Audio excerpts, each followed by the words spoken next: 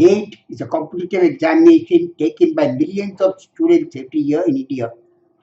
Based on the February 2016 question paper in the Computer Science Information Technology branch, a question on operating systems. It's a question on concurrency. Whenever we have a question on concurrency, normally we can use the story of Hansel and Gretel. Here is Hansel, one process playing at its own speed. Here is another process, Gretel, playing at her own speed. They all are after a common resource, a shared resource, which is the house of sweets belonging to the witch. Here is the problem, GATE 2016 Computer Science Information Technology. Paper 1, question 50 on concurrency. It's a multiple choice question. There are 4 choices. Examiner ensures one answer is correct, 3 answers are wrong. If you can guess the correct answer, we can be sure other 3 must be wrong. Here is the problem, question 2. Here is a solution for the critical section problem. There are n processes, P0 to Pn minus 1. Here is some code which is common for each one of the processes. I varies from 0 to n minus 1. Ti is initialized to 0. Also, we are told the function Pmax returns an integer not smaller than any of its arguments. Whatever it is, here is the code. It is common to each process. There are 4 choices, A, B, C, D. At most, 1 is true and 3 are false.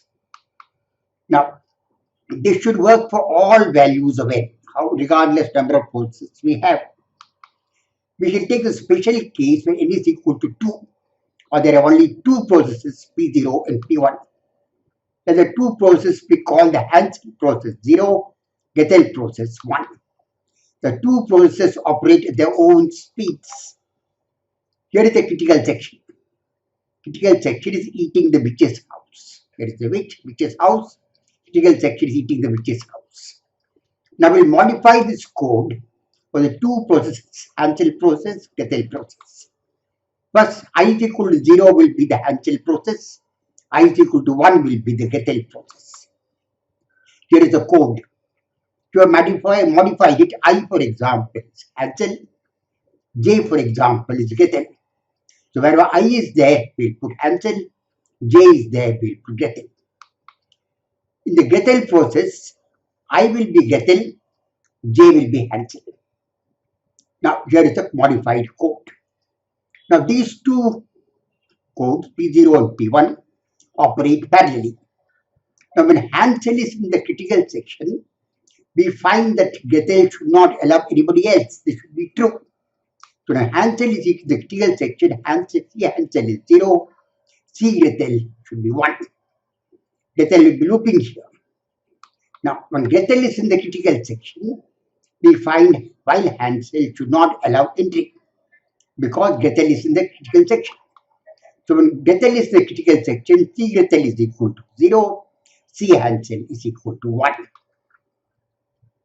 So in other words, what would happen is when Gretel is in the critical section, we find C Hansel is 0, C Gretel is 1. So only one of them, Hansel or Gretel, can be the critical section. One of them will be allowed to eat the house. So mutual exclusion is ensured. When Gretel is eating the house, Hansel is blocked. And Hansel is eating the house, Gretel is blocked. One of them is allowed to eat the house. So the choice, here are the choices A, B, C, D. A says at most one process can be the critical section. A is correct. If A is true, other choices must be wrong. That is guaranteed by the examiner. Choice A is true, it's a multiple choice question. Examiner ensures other 3 choices are wrong. We do not even have to read them. We know A is going to be the answer. End of the presentation. Thank you very much for your kind attention.